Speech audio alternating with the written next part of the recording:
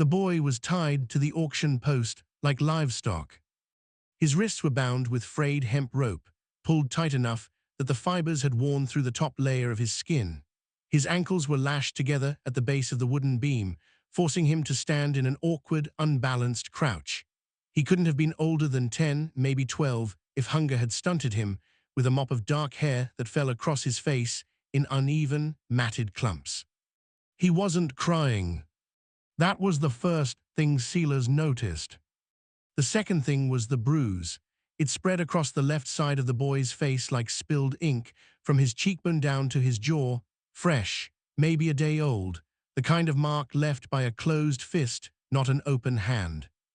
The third thing, and this was what made Sealers' stomach clench, was the way the boy held himself, spine straight, shoulders squared, head tilted just enough to keep his eyes on the ground, but not bowed, not broken. Not yet. Lot 17, the auctioneer called out, his voice carrying across the barn with the practiced ease of a man who'd done this 1,000 times before. Young, strong enough for field work, no known kin, no papers, selling as is. Sealers stood near the back of the barn, one boot propped against a support beam, his hat pulled low enough to shadow his face. The air inside was thick with the smell of sweat, manure, and something else, something sour and wrong that clung to the back of his throat. This wasn't supposed to be happening. Not here, not in 1869. Not 4 years after the war had ended and the ink had dried on every law that said a human being couldn't be bought or sold like a sack of grain. But here it was, hidden in a barn 15 miles south of Prescott, under the cover of a moonless night, with men who didn't care what the law said because the law didn't reach this far into the dust. "Do I hear 50?" the auctioneer asked. A man near the front raised 2 fingers.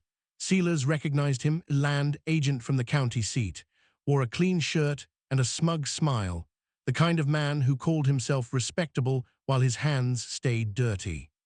50, do I hear 60? Another hand, this one belonged to a ranch foreman Sealers had seen in town once or twice. Big shoulders, slow eyes, the type who followed orders and didn't ask questions. 60, 70. Sealers felt his jaw tighten. The boy hadn't moved, hadn't flinched, hadn't made a sound. But his hands, small dirt-streaked hands, were trembling at his sides. 75, someone called from the left. The auctioneer grinned. 75, going once. 200. The words left Sealers' mouth before he'd fully decided to say them. The barn went quiet. Every head turned. The auctioneer squinted into the shadows where Sealers stood, trying to make out his face beneath the brim of his hat. $200, Sealers repeated, louder this time. He stepped forward into the lantern light, letting them see him clearly now, dust on his boots, work-worn hands, a face weathered by 38 years of sun and silence. The auctioneer's grin widened. "Well now, that's a serious bid." "It's a serious offer," Sealers said flatly. "You taking it or not?" The land agent turned in his seat, eyes narrowing. "That's twice what he's worth." "Then you should have bid higher." A few men chuckled. The agent's face darkened, but he didn't raise his hand again. The auctioneer clapped his hands together. "Sold, 200 to the gentleman in the back." Sealers reached into his coat and pulled out a leather billfold. He counted the bills slowly, deliberately, letting every man in that barn see the money leave his hand. Then he walked forward, past the rows of seated bidders, past the land agent who was still glaring at him, and stopped in front of the boy. Up close, the bruise looked worse. The boy's lip was split too, dried blood crusted at the corner of his mouth. Sealers crouched down, bringing himself to eye level. "What's your name?" he asked quietly. The boy didn't answer. His eyes, dark brown, too old for his face, flicked up to Sealers for just a moment before dropping back to the ground. "Doesn't talk much," the auctioneer said from behind them. "Might be simple, might just be stubborn. Either way, he's yours now." Sealers ignored him. He pulled a folding knife from his belt, opened it with a soft click, and cut the ropes binding the boy's wrists. then the ones at his ankles. The boy stood perfectly still, didn't run, didn't speak, just stared at the ground like he was waiting for the next order. Silas straightened and slipped the knife back into his belt. "Come on," he said, "we're leaving." He turned and walked toward the barn doors without looking back. Behind him, he heard the soft shuffle of bare feet on dirt. The boy was following. Good. The night air outside was cool and sharp, a relief after the stifling heat of the barn. Silas's horse, a sturdy bay mare named Dust, stood tied to a post near the road. He untied her reins and hung up into the saddle, then reached down and offered his hand. The boy stared at it. "You can ride or you can walk," Silas said, "but my ranch is 12 miles north and you're not wearing shoes." The boy hesitated. Then slowly he reached up and took Silas's hand. Silas pulled him up behind the saddle in one smooth motion. The boy's hands gripped the back of the saddle, careful not to touch Silas himself. "Hold on," Silas said. He nudged Dust into a steady walk, heading north along the dirt road that cut through the valley. The barn shrank behind them, its lantern light fading into the dark. Neither of them spoke. The boy's hands never stopped shaking. Silas didn't know his name yet, didn't know where he'd come from or who'd put that bruise on his face. But he knew one thing. He'd just bought a child. And now he had to figure out what the hell that meant. The ride north was silent, except for the rhythm of Dust's hooves on packed earth and the occasional creak of saddle leather. Silas kept his eyes on the road ahead, but his mind was turning over the same question again and again. What now? He hadn't planned this, hadn't woken up that morning thinking he'd spend $200 on a boy he didn't know. Hell, he hadn't even planned to go to the auction. He'd only heard about it 2 days ago when a drifter passing through mentioned it in the saloon, quiet-like, the way men talked about things they knew were wrong but didn't want to stop. Silas had told himself he was just going to see if it was true. And then he'd seen the boy. Behind him, the kid sat rigid and still, his small hands gripping the saddle like it was the only solid thing left in the world. He hadn't said a word since they'd left the barn, hadn't asked where they were going, hadn't asked what Silas wanted from him. That silence, that expectation of cruelty, made Silas's chest feel tight. They reached the ranch just after midnight. It wasn't much. A single-story cabin with a stone chimney, a small barn, a corral, and 40 acres of grazing land that stretched out toward the hills. Silas had built most of it himself over the past 6 years, after he'd mustered out of the Union Army and decided he was done with killing. He dismounted and tied Dust to the post, then turned to help the boy down.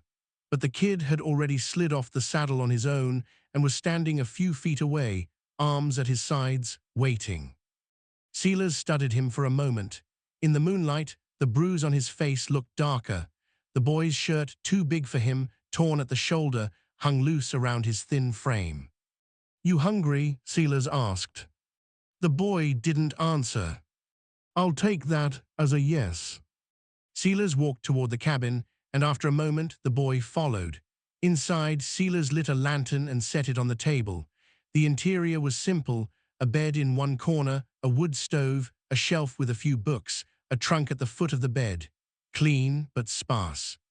He pulled a tin of salt pork from the shelf and set it on the table, along with half a loaf of bread and a jar of preserved peaches. Then he poured water from a pitcher into a tin cup and set that down too. "Sit," Silas said, nodding toward the chair. The boy didn't move. Silas sighed. "Look, I'm not gonna hurt you. I'm not gonna do anything. I just want you to eat, so sit."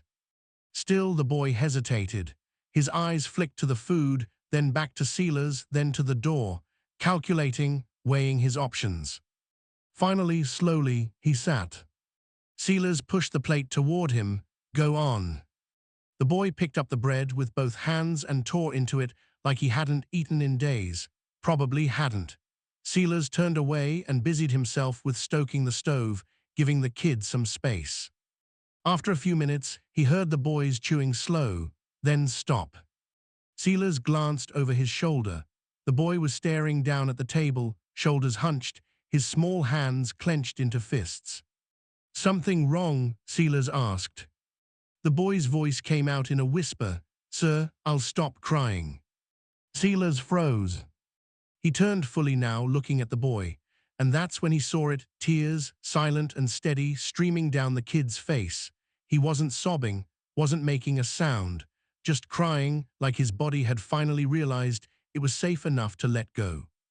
Silas crossed the room in 3 steps and crouched down in front of the chair, bringing himself to the boy's eye level.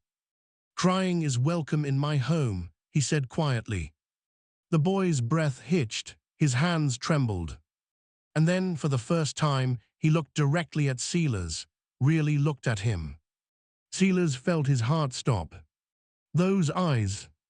Dark brown, wide-set, the left one with a small, crescent-shaped scar just above the brow. He knew that scar. "What's your name?" Silas asked, his voice barely above a whisper. The boy swallowed hard. "Thomas." "Thomas." Silas's mind reeled back 8 years. A farmstead outside of Santa Fe. A family, mother, father, 2 boys.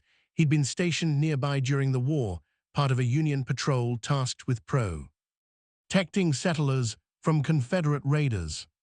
One night, a group of Confederate irregulars had attacked the farm. Silas and his unit had arrived too late. The father was dead.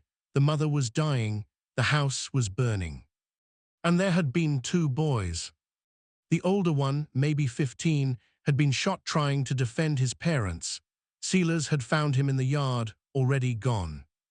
The younger one. Silas had pulled him from the burning house. He'd had a gash above his left eyebrow from falling debris. Silas had wrapped the wound himself, pressing a torn piece of his own shirt against it to stop the bleeding. Then he'd handed the boy over to a family heading east in a wagon train, told them to take him somewhere safe, told himself the kid would be fine. He'd never seen him again. Until now. "Thomas," Silas said again, his voice hoarse. "Thomas Brennan." The boy's eyes widened. How do you know my name?" Silas sat back on his heels, his chest tight. "I was there," he said. 8 years ago, Santa Fe, your family's farm." Thomas stared at him, uncomprehending at first. Then recognition flickered across his face, slow, uncertain, like a half-remembered dream. "You," his voice cracked, "you pulled me out." Silas nodded. "You gave me to the wagon people." Another nod. Thomas's hands clenched into fists again. "They sold me," he said, his voice shaking now. 6 months later, sold me to a man in Kansas. He sold me to another man, then another, and now." He trailed off, his jaw working, trying to hold back the anger and grief and exhaustion all at once. Silas felt something break open inside him. "I should have kept you," he said quietly. "I should have." "Why didn't you?" Thomas's voice was sharp now, cutting. You just left me." Silas had no answer, not a good one anyway. "I thought they'd take care of you," he said finally. "I thought you'd be safe." "I wasn't." The 2 words hung in the air between them, heavy and immovable. Silas looked at the boy, at Thomas, and saw the weight of 8 years pressing down on him. Saw the bruises, the distrust, the exhaustion. Saw the child he'd saved once and then abandoned. "I can't undo what happened," Silas said. "I can't give you back what you lost, but you're here now, and I'm not letting anyone take you again." Thomas's lip trembled. "Why should I believe you?" "Because," Silas said, "I'm the one who bought you, which means I'm the one who gets to set you free." He reached into his coat pocket and pulled out the bill of sale, the paper the auctioneer had handed him after the transaction. He held it up so Thomas could see it, then walked over to the stove, opened the door, and tossed it into the flames. The paper curled and blackened and turned to ash in seconds. Silas turned back to Thomas. "You're not property, not mine, not anyone's, you're free." Thomas stared at him, tears still streaming down his face. And for the first time since Silas had seen him tied to that post, the boy's shoulders began to shake. Not with fear, with relief. 3 days passed. Thomas didn't leave. Silas hadn't expected him to stay, honestly. He'd half thought the boy would vanish in the night, take one of the horses and disappear into the hills. But every morning, when Silas woke, Thomas was still there, curled up on the floor near the stove, or sitting on the porch steps, or standing in the corral watching the horses. He still didn't talk much, but he'd started eating without being told, started looking Silas in the eye when spoken to. Small things, but they mattered. On the third morning, Silas was mending a fence post when he heard the sound of hooves on the road. He straightened, shading his eyes against the sun. 3 riders, coming fast. Silas's stomach dropped. "Thomas," he called toward the cabin, "get inside, now." The boy appeared in the doorway, eyes wide. He saw the riders and disappeared back inside without a word. Silas set down his tools and walked toward the front of the property, positioning himself between the approaching men and the cabin. He didn't carry a gun on his hip anymore, hadn't in years, but he kept a rifle propped just inside the door, close enough if he needed it. The riders slowed as they reached the edge of the property. The man in front was tall and broad-shouldered, with a neatly trimmed beard and a polished badge pinned to his vest. Sheriff Clayton Frost. Silas's jaw tightened. He knew Frost. Everyone in the county knew Frost. The man had been appointed sheriff 2 years ago, right after the territorial governor decided the area needed law and order. What that really meant was that Frost got to decide whose land got taken, whose debts got called in, and whose crimes got ignored. And Frost had a history. During the war, he'd been a captain in a militia unit that operated in the New Mexico Territory. They'd called themselves Union Loyalists, but what they'd really done was burn out families suspected of Confederate sympathies or families who just happened to own good land. Families like the Brennans. Silas had heard the stories. He'd never been able to prove it, but he'd heard. "Silas Ward," Frost said, reining in his horse a few yards away. His voice was smooth, almost friendly. "Been a while." "Not long enough," Silas said flatly. Frost smiled. "Now that's not very neighborly." The 2 men flanking him were hired guns, ranch enforcers, probably. One wore a long coat despite the heat. The other had a scar that ran from his temple to his jaw. "What do you want, Frost?" Silas asked. "Heard you made a purchase a few nights ago," Frost said, leaning forward in his saddle, "down at the barn south of Prescott." Silas didn't answer. "That true? What business is it of yours?" Frost's smile didn't waver. "Well, see, that's the thing. That auction wasn't exactly legal, and as sheriff, it's my job to make sure the law's being followed." "Then why weren't you there shutting it down?" Silas asked. Frost shrugged. "Can't be everywhere at once, but I'm here now, and I need to inspect your property." "No, you don't. I'm the law, Ward. I don't need your permission." Silas took a step forward. "You're not stepping foot on my land without a warrant." Frost's smile faded. "You hiding something?" "I'm protecting something," Silas said. "There's a difference." The man with the scar shifted in his saddle, his hand drifting toward his gun. Silas saw it. So did Frost. "Easy, Cade," Frost said, not taking his eyes off Silas. Then to Silas, "Let's not make this harder than it needs to be. I just want to see the boy." "Why?" "Because," Frost said, his voice dropping lower, "that boy doesn't belong to you. He belongs to a man in Tucson who paid good money for him 6 months ago. Boy ran off. Now the man wants him back." Silas felt cold rage settle in his chest. "He's not going back."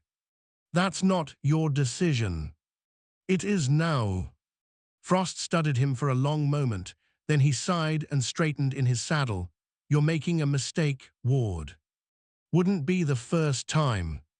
Frost turned his horse. "I'll be back," he said, "with a warrant, and when I do, if that boy's still here, I'm taking him, and if you try to stop me, I'll arrest you for obstruction and theft." "Theft," Silas said. "I paid for him." With money, Frost said, or with guilt. He didn't wait for an answer. He spurred his horse and rode off, the two hired guns following close behind. Sealers watched them until they disappeared over the hill. Then he turned and walked back to the cabin. Thomas was standing just inside the doorway, his face pale. Was that, his voice was barely a whisper, was that the sheriff? Sealers nodded. He's going to take me back. No, Sealers said, he's not. You can't stop him. Sealers looked at the boy, at this child, who'd been sold and resold and beaten and dragged across half the territory, and felt something harden inside him. Watch me, he said. That night, Sealers didn't sleep. He sat on the porch with his rifle across his lap, watching the road. Thomas sat beside him, knees pulled up to his chest, silent. The moon was high and bright, casting long shadows across the valley. Somewhere in the distance, a coyote howled. Why are you doing this? Thomas asked suddenly. Sealers glanced at him. Doing what? Helping me. Sealers was quiet for a moment. Then he said, because I didn't help you before. Thomas frowned. You pulled me out of the fire. And then I handed you off to strangers, Sealers said. Told myself it was the right thing to do. Told myself you'd be safe. He shook his head. I was wrong. You didn't know. I should have. Thomas looked down at his hands. My brother tried to stop them, he said quietly. The men who came, he grabbed a rifle and ran outside. He was only 15. He didn't even know how to shoot it properly. Sealers's throat tightened. They shot him anyway, Thomas continued, right in front of me, and I just stood there. I didn't do anything. You were 7 years old, Sealers said. I should have done something. There was nothing you could have done. Thomas's hands clenched into fists. That's what everyone says, but it doesn't make it true. Sealers set the rifle down and turned to face the boy. Listen to me, he said. What happened to your family wasn't your fault. It wasn't your brother's fault. It was the fault of men who chose cruelty, men like Frost. Thomas looked up at him, eyes glistening. He was there, wasn't he? The sheriff, he was one of them. Sealers hesitated, then nodded. I think so, yeah. And now he wants me back. He's not getting you. How? Thomas's voice cracked. How are you going to stop him? He's the law. He can do whatever he wants. Not if the town won't let him, Sealers said. Thomas blinked. What? Frost is powerful because people are scared of him, Sealers said, but he's not invincible, and he's not the only person in this county. So let me ask you something. If you were Sealers, would you stand your ground? Knowing the law, corrupt or not, was coming for you, would you risk everything for a boy you barely know? Take a breath. Think about that. And if you're still with me, tap subscribe so you don't miss how this turns out. The next morning, Sealers rode into town. He left Thomas at the ranch with strict instructions to stay inside and keep the rifle close. The boy had nodded, pale but determined. The town of Prescott was small, a main street lined with storefronts, a saloon, a church, a general store. Sealers tied dust outside the saloon and walked inside. It was mid-morning, so the place was mostly empty. A few regulars sat at the bar nursing drinks. The bartender, a man named Hollies, looked up as Sealers entered. Sealers, Hollies said, nodding. What brings you in? Need to talk to some folks, Sealers said. You seen Garrett or old man Tunney? Hollies jerked his head toward the back. Garrett's in the corner, Tunney's probably at the livery. Sealers found Garrett sitting alone at a table near the back, reading a newspaper. He was a rancher, like Sealers, older, grizzled, with hands like tree bark. Garrett, Sealers said, pulling out a chair. Got a minute? Garrett looked up. Depends, you buying? If I have to. Garrett folded the newspaper. What's this about? Sealers leaned forward, keeping his voice low. Frost is coming after me, says I stole a boy from an auction, says he's got a warrant. Garrett's expression darkened. That auction down south. Yeah. Heard about that, Garrett said. also heard it was illegal as hell. It was. So what's Frost's angle? He's saying the boy belongs to someone in Tucson, says I'm keeping stolen property. Garrett snorted, property, hell of a word. I need help, Sealers said. I can't stand against Frost alone, but if enough people say no. He'll arrest you anyway, Garrett said. Frost doesn't care what people think. He will if it's enough people. Garrett studied him for a long moment, then he sighed. This boy, he means something to you. Sealers nodded. I knew his family long time ago. I let him down once. I'm not doing it again. Garrett was quiet, then he stood. I'll talk to Tunney and the Callahan brothers, no promises, but I'll talk. That's all I'm asking. That evening, Sealers returned to the ranch. Thomas was sitting on the porch steps, the rifle leaning against the wall beside him. Well, the boy asked. We'll see, Sealers said. Thomas nodded. He looked exhausted. What happens if they don't help? Sealers sat down beside him. Then I'll figure something else out. You can't fight the law. Maybe not, Sealers said, but I can make him think twice. Thomas was quiet for a moment, then he said, thank you. Sealers looked at him, for what? For not giving up on me. Sealers's chest tightened. He reached over and rested a hand on the boy's shoulder. You don't have to thank me for doing what's right. Thomas leaned into the touch, just a little, and for the first time since Sealers had found him, the boy looked like a child again. Frost came back 2 days later. This time, he brought 6 men. Sealers saw them coming from half a mile away, a line of riders kicking up dust along the valley road. He stood on the porch, rifle in hand, Thomas behind him inside the cabin. Stay inside, Sealers said quietly, no matter what happens. But stay inside. Thomas nodded and stepped back into the shadows. Frost reined in his horse at the edge of the property, his men fanning out behind him. He held up a folded piece of paper. Got my warrant, Ward, he called. Now step aside. No, Sealers said. Frost's jaw tightened. I'm not asking. Neither am I. The hired guns shifted in their saddles, hands drifting toward their weapons. Sealers raised his rifle, not pointing it at anyone, but making it clear he wasn't moving. And then, from the road behind Frost, came the sound of more hooves. Lots of them. Frost turned. A group of riders crested the hill, 10, maybe 12 of them. Sealers recognized them immediately. Garrett was in front, his weathered face set in a hard line. Beside him rode Old Man Tunney, the Callahan brothers, and half a dozen other ranchers and townspeople Sealers knew by name. They reined in their horses, forming a loose line between Frost and the cabin. Garrett leaned forward in his saddle. Sheriff, he said evenly, got a problem here. Frost's face darkened. This doesn't concern you, Garrett. Hell it doesn't, Garrett said. We heard you're planning to drag a boy off Sealers's land. That true? I've got a warrant. We've got eyes, Tunney interrupted, his voice raspy. We know what that boy looks like. We know where he came from, and we know what'll happen if you take him. One of the Callahan brothers spoke up. Clayton, I branded calves with you 20 years ago. Don't make me stand against a man I once called friend, but I will. Frost looked around at the assembled men. His hired guns were outnumbered, outflanked. This is obstruction of justice. Eyes, he said, his voice tight. No, Garrett said, this is justice. You just don't recognize it. For a long moment, nobody moved. Then Frost folded the warrant and shoved it back into his coat. You're making enemies, Ward, he said coldly.